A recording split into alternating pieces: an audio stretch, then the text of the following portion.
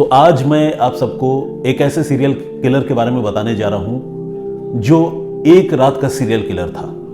यानी उस कातिल ने जितनी भी हत्याएं की एक ही रात में की। लेकिन सीरियल किलर बनने के पीछे उसका मकसद क्या था, क्या दुश्मनी थी, क्या वो कोई साइकोपैथ था? जब आप इस कहानी को सुनेंगे तो आपको पूरी बात समझ में आएगी। तो आइए शुरुआत करते हैं। ये मामला है पानीपत का और घटना है इसी साल की। पानीपत के दो गांव है पानीपत जिले में, नारा और भालसी। और भी गांव है लेकिन इन दोनों गांवों का मैं अभी जिक्र कर रहा हूं। इन दोनों गांवों में रहने वाले तीन नौजवान जिनके नाम है सोनू, मोनू और राकेश, ये अपने अपने घरों से अचानक गायब हो गए। तीनों की उम्र जो है वो 25 से 27 साल के दरमियान की है। अब ये लोग अपने अपने घरों से गायब हुए। जिस तारीख को ये गायब हुए वो तारीख है 11 जून 2022। घर वालों को ये नहीं पता था कि ये तीनों कहां गए, ये एक साथ गए, अकेले गए।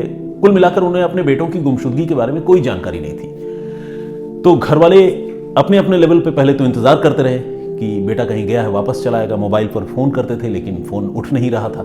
इस तरह से वक्त जो है वो गुजरता जा रहा था। किसी के घर वालों ने 3 दिन इंतजार किया, फिर पुलिस के पास गए। किसी के घर वालों ने 4 दिन इंतजार करने के बाद पुलिस के पास जाने का फैसला किया। तो इस तरह से गायब तीनों लड़के बेशक एक साथ हुए थे, लेकिन तीनों लड़के की तलाशी का जो काम है वो अलग अलग चल रहा था। इसी बीच पानीपत में ही नारा गांव जिसका मैं जिक्र कर रहा हूं, उसके पास एक छोटी सी गुमटी के पास एक नौजवान की लाश मिल गई। इस नौजवान का नाम है सोनू। जो 3 गायब हुए थे उसमें से एक की लाश मिल गई। जब लाश मिली तो पुलिस को भी खबर दी गई। लोगों ने देखा एक लाश पड़ी हुई है, पुलिस वहां पर पहुंची और पुलिस ने देखा कि मरने वाला लड़का सोनू है। उसके घर वालों से जब बातचीत की गई तो पता चला कि हाँ, सोनू कुछ दिनों से गायब था और उन्हें नहीं पता कि उनके बेटे के साथ क्या हुआ। पुलिस ने जब डेड बॉडी रिकवर की तो देखा कि स्ट्रैंगुलेशन यानी गला घोंटकर उसकी हत्या की गई है। घर में चीख पुकार मच गया, मातम फैल गया। समझ में नहीं आ रहा था लोगों को कि जवान बेटे की हत्या किसने कर दी, क्यों कर दी, क्या वजह हो सकती है। और पुलिस भी जो है, गुमशुदगी का जो मामला था उस मामले को पुलिस ने कत्ल, चूंकि अब हो चुका था तो कत्ल का मामला दर्ज किया और इस मामले की छानबीन शुरू कर दी। अभी कुछ दिन गुजरे थे, बाकी 2 लड़कों के बारे में कोई जानकारी नहीं थी। तब तक जो एक और लड़का है राकेश, 3 में से दूसरा, राकेश की लाश भी बरामद हो गई। और राकेश की लाश जो है वो पानीपत या हरियाणा में नहीं बल्कि उससे थोड़ी दूर मुजफ्फरनगर में मिली। मुजफ्फरनगर में एक जगह है तितारी। तितारी में के पास जो है राकेश की लाश एक ट्यूबवेल के पास बरामद हुई। घर वालों को इसके बारे में कोई जानकारी नहीं थी। हरियाणा पुलिस को, पानीपत पुलिस को भी इसके बारे में कोई जानकारी नहीं थी। जब हरियाणा पुलिस और घर वालों को ही राकेश की मौत के बारे में जानकारी नहीं है तो मुजफ्फरनगर की पुलिस को कहां से जानकारी होती। तो उनको तो राकेश की लाश जो है वो लावारिस हालत में मिली और पुलिस ने उस लावारिस लाश की कुछ तस्वीरें क्लिक करवाई, उसका पोस्टमार्टम करवाया और ये सब कराने के बाद फाइनली उसका अंतिम संस्कार भी कर दिया। तो देखा जाए तो ये एक अनआइडेंटिफाइड डेड बॉडी का मामला बनकर मुजफ्फरनगर में रह गया। दिन गुजरते रहे। इसी बीच पानीपत के पास ही समालखा एक जगह है। समालखा के नहर से तीसरे लड़के की लाश भी बरामद हो गई और ये लाश बरामद हुई 13 जून को। 11 जून को ये लड़के संदिग्ध तरीके से गायब हुए थे, रहस्यमयी तरीके से अलग अलग घर वाले ढूंढ रहे थे। और 13 जून को मोनू जो तीसरा लड़का है उसकी लाश समालखा नहर से भी बरामद हो गई और उसकी भी पहचान नहीं हुई क्योंकि पुलिस वालों के पास तब तक उसकी भी गुमशुदगी की रिपोर्ट घर वालों ने दर्ज नहीं करवाई थी और पुलिस ने उस लाश का भी अंतिम संस्कार कर दिया। तो इस तरह से जो 3 लड़के गायब हुए थे उसमें से एक ही लड़के की लाश यानी सोनू की लाश उसके घर वालों को मिली। बाकी राकेश और मोनू की लाश पुलिस ने अलग अलग जगहों पर बरामद किया और उनका अंतिम संस्कार भी कर दिया। लेकिन पहले तो ये सारे केसेस अलग अलग चल रहे थे, अलग अलग घर वाले शिकायत कर रहे थे, पुलिस एंटरटेन कर रही थी, कभी नहीं कर रही थी क्योंकि गुमशुदगी का मामला लग रहा था। लेकिन जब पुलिस ने ये रियलाइज किया कि नारा और भालसी गांव के रहने वाले ये 3 लड़के तकरीबन एक ही टाइम फ्रेम के आसपास गायब हुए और उसके बाद तीनों की लाशें अलग अलग जगह मिली। पानीपत पुलिस को धीरे धीरे जानकारी मिली, मुजफ्फरनगर से भी खबर मिली कि आपके नेबरिंग जिले में पता कर लें क्या इस हुलिये का कोई है या नहीं है। उसकी तस्वीर दिखाई गई तो पानीपत पुलिस ने आइडेंटिफाई किया कि हाँ, उसकी गुमशुदगी की रिपोर्ट हमारे यहाँ दर्ज है। तो इस तरह से तकरीबन हफ्ते 1.5 हफ्ते का वक्त लगा और उसके बाद जब पुलिस को यह पता चल गया कि तीनों लड़कों की हत्या हो चुकी है और तीनों की लाश अलग अलग जगह बरामद हुई है, तो पुलिस ने इस मामले को एक साथ इन्वेस्टिगेट करने का फैसला किया और फाइनली पानीपत पुलिस 3 मर्डर के इस केसेस की तफ्तीश की उसने शुरुआत की। अब पुलिस ने पहले घर वालों से बातचीत की, तीनों लड़कों के बारे में पता करना शुरू किया, उनका उठना बैठना किनके साथ था, क्या किसी से दुश्मनी थी, रुपए पैसों का कोई झगड़ा था, क्योंकि अगर कातिल ने तीनों लड़कों की हत्या की थी तो जाहिर है इनकी कोई बहुत भयानक दुश्मनी होगी, इस तरह की बात पुलिस को लग रही थी। तो पुलिस जो है उसी एंगल पर तफ्तीश भी कर रही थी, लेकिन घर वालों से पूछने और इन लड़कों के जितने दोस्त यार हैं उनसे पूछताछ करने के बावजूद पुलिस को इनके बारे में ऐसी कोई जानकारी नहीं मिली जिससे कोई ये बता पाता कि हाँ बहुत भयानक दुश्मनी थी इसलिए उसने मारा होगा। तो कुल मिलाकर पुलिस बिल्कुल क्लूलेस थी, उसे कोई सुराग इन तीनों नौजवानों के कत्ल के बारे में नहीं मिल पा रहा था। कुछ और दिन गुजर गए और फाइनली जब पुलिस को लगा कि इन केसेस को सॉल्व करना बड़ा मुश्किल है, तो फिर पुलिस ने जो पारंपरिक पुलिसिंग का तरीका है जिसे हम कहते हैं कि इंफॉर्मेशन डेवलप करना, पुलिस ने उस तरीके को अपनाने का फैसला किया और मुखबिरों से, जो उसके मुखबिर है, उनसे पुलिस ने पूछताछ शुरू की। और जब पूछताछ शुरू की तो मुखबिरों में से एक मुखबिर ने पुलिस को एक बहुत ही क्लिंचिंग इंफॉर्मेशन दी, क्लिंचिंग एविडेंस पुलिस को दिया।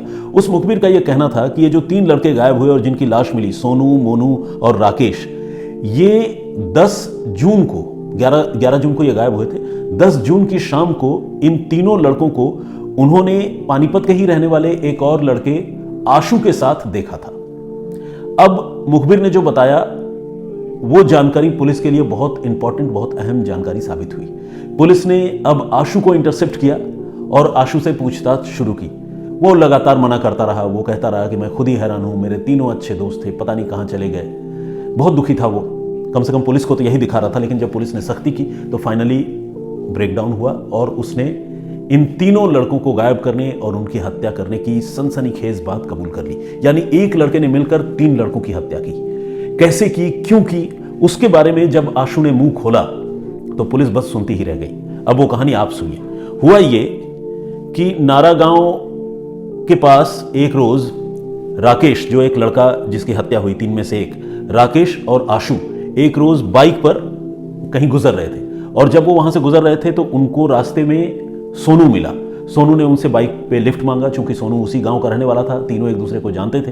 तो राकेश और आशु ने सोनू को लिफ्ट दे दिया। कुछ दूर तक तीनों आगे गए और फिर तीनों में आपस में बातचीत हुई और तीनों ने कहा कि चलो हम ड्रिंक करते हैं, शराब वगैरह पीते हैं। तो इस पर जो है राय बन गई, एक राय बन गई और सारे लोग मिलकर वहीं गांव के पास एक गुमटी के पास बैठकर शराब पीने लगे।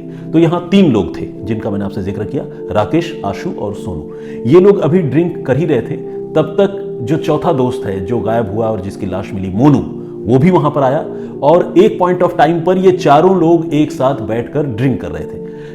ये सिलसिला कुछ देर तक चला, कुछ घंटे तक चला। ये 10 तारीख की शाम की मैं बात बता रहा हूं, 10 जून 2022। उसके बाद मोनू वहां से उठकर चला गया।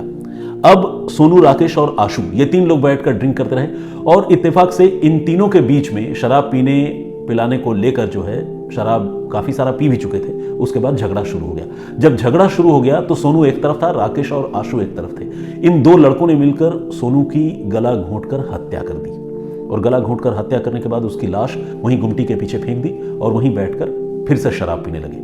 और जो मोनू नाम का लड़का है, जो इन तीनों से एक बार मिलकर गया था, 2-4 पैग पी कर गया था साथ में, वो फिर वापस लौटा और वो सोनू को ढूंढ रहा था कि अरे सोनू कहाँ गया। तो इन्होंने कहा कि हमें तो नहीं पता सोनू कहाँ गया, कुछ देर पहले ही वो उठकर गया है, लेकिन अब जब तुम आ ही गए हो तो आओ हम फिर से पीते हैं और फिर से ये दौरे जाम चलता रहे। तो आशु और राकेश ने मिलकर इस बार मोनू को फिर से पीने पिलाने के लिए राजी कर लिया और कहा कि अब यहां से चलो, हम दूर नहर के किनारे बैठकर आराम से पिएंगे। इसके बाद ये लोग मोनू को लेकर समालखा नहर की तरफ गए और वहां पर पहले मोनू का दोनों ने मिलकर गला घोंटा और गला घोंटने के बाद मोनू की लाश वहीं नहर में डाल दी, फेंक दी और फिर वो दोनों, राकेश और आशु, वहां से फरार हो गए। पहला जो कत्ल हुआ, उस कत्ल के पीछे इतनी सी बात थी कि शराब पीने को लेकर 3 लोगों के आपस में लड़ाई हो गई तो 2 ने मिलकर एक की हत्या कर दी, ये तो बात हो गई। लेकिन जो दूसरा कत्ल हुआ मोनू का कत्ल राकेश और आशु ने मिलकर सिर्फ इसलिए किया क्योंकि उनको ये लग रहा था कि मोनू ने सोनू को हमारे साथ देख लिया है और अब जब हमने सोनू का कत्ल कर दिया है, कल को जब उसकी लाश मिलेगी या उसके बारे में किसी को कुछ पता नहीं चलेगा तो मोनू हो सकता है कि हमारा राज फाश कर दे। तो इसीलिए अब हमें मोनू को मारना बहुत जरूरी है। इन्होंने आंखों में बात कर ली, आपस में इशारेबाजी कर ली, मोनू को पता भी नहीं चला। राकेश और आशु अब उसे लेकर गए, गला घोंटा, उसकी हत्या की, उसकी लाश वहीं नहर में डाल दी और वहां से फरार हो गए। अब 2 दोस्त बचे थे, 4 में 2 दोस्त बचे थे। राकेश और आशु ने बहुत गहरे दोस्त थे और इन दोनों ने अब तय किया कि चलो 2 लोगों को तो हमने मार दिया, किसी को इनके बारे में पता भी नहीं है, किसी ने हमें इनके साथ देखा भी नहीं है, तो अब हमें चिंता करने की कोई बात नहीं, चलो अब हम आगे और घूमने चलते हैं। फिर इन्होंने तय किया कि वो हरिद्वार जाएंगे पानीपत से और उन्होंने मुजफ्फरनगर का रास्ता लिया। लेकिन यहां एक और धोखे की कहानी इंतजार कर रही थी। हुआ ये कि ये जो आशु नाम का लड़का है, इसके दिमाग में कुछ और साजिश चल रही थी। आशु ये सोच रहा था कि जिस तरह मैंने राकेश के साथ मिलकर पहले सोनू और मोनू की हत्या की और सारे सबूत मिटा दिए, लेकिन राकेश अब जिंदा है, इस कत्ल का चश्मदीद है, मेरे साथ उसने मर्डर किया, कहीं अगर इसने मुंह खोल दिया तो हो सकता है कि मैं कल को पकड़ा जाऊं। ये बात आशु के दिमाग में चल रही थी और राकेश, उसका जो जिगरी दोस्त था, वो इस बात से बेखबर था। अब राकेश और आशु निकल तो गए हरिद्वार के लिए। मुजफ्फरनगर के पास जिस जगह का मैंने आपसे जिक्र किया, तितारी, वहां पर एक ट्यूबवेल के पास बैठकर इन्होंने फिर से पीने पिलाने का सिलसिला शुरू कर दिया और ये 10 और 11 जून की दरमियानी रात थी। और इसी पीने पिलाने के सिलसिले में, पीने पिलाने के क्रम में आशु ने साजिशन राकेश को बहुत ज्यादा शराब पिलाई और जब राकेश, जो शाम से ही पी रहा था, वो जब बिल्कुल बेकाबू हो गया तो आशु को लगा कि यही राइट टाइम है कि अब वो राकेश की भी हत्या कर दे। तो उसने वहां राकेश की गला घोंटकर हत्या की, ठीक उसी तरह से जिस तरह से उसने राकेश के साथ मिलकर सोनू और मोनू की जान ली थी। और फिर उसकी लाश वहीं ट्यूबवेल के पास छोड़ी और फिर वहां से फरार हो गया। और ये ऑब्वियसली हरिद्वार तो गए नहीं, फिर वापस घूम फिर करके पानीपत अपने गांव में आकर वो चुपचाप बैठ गया, रहने लगा। इसके बाद की पूरी कहानी आपको पता है। आशु की गिरफ्तारी हुई 27 जून को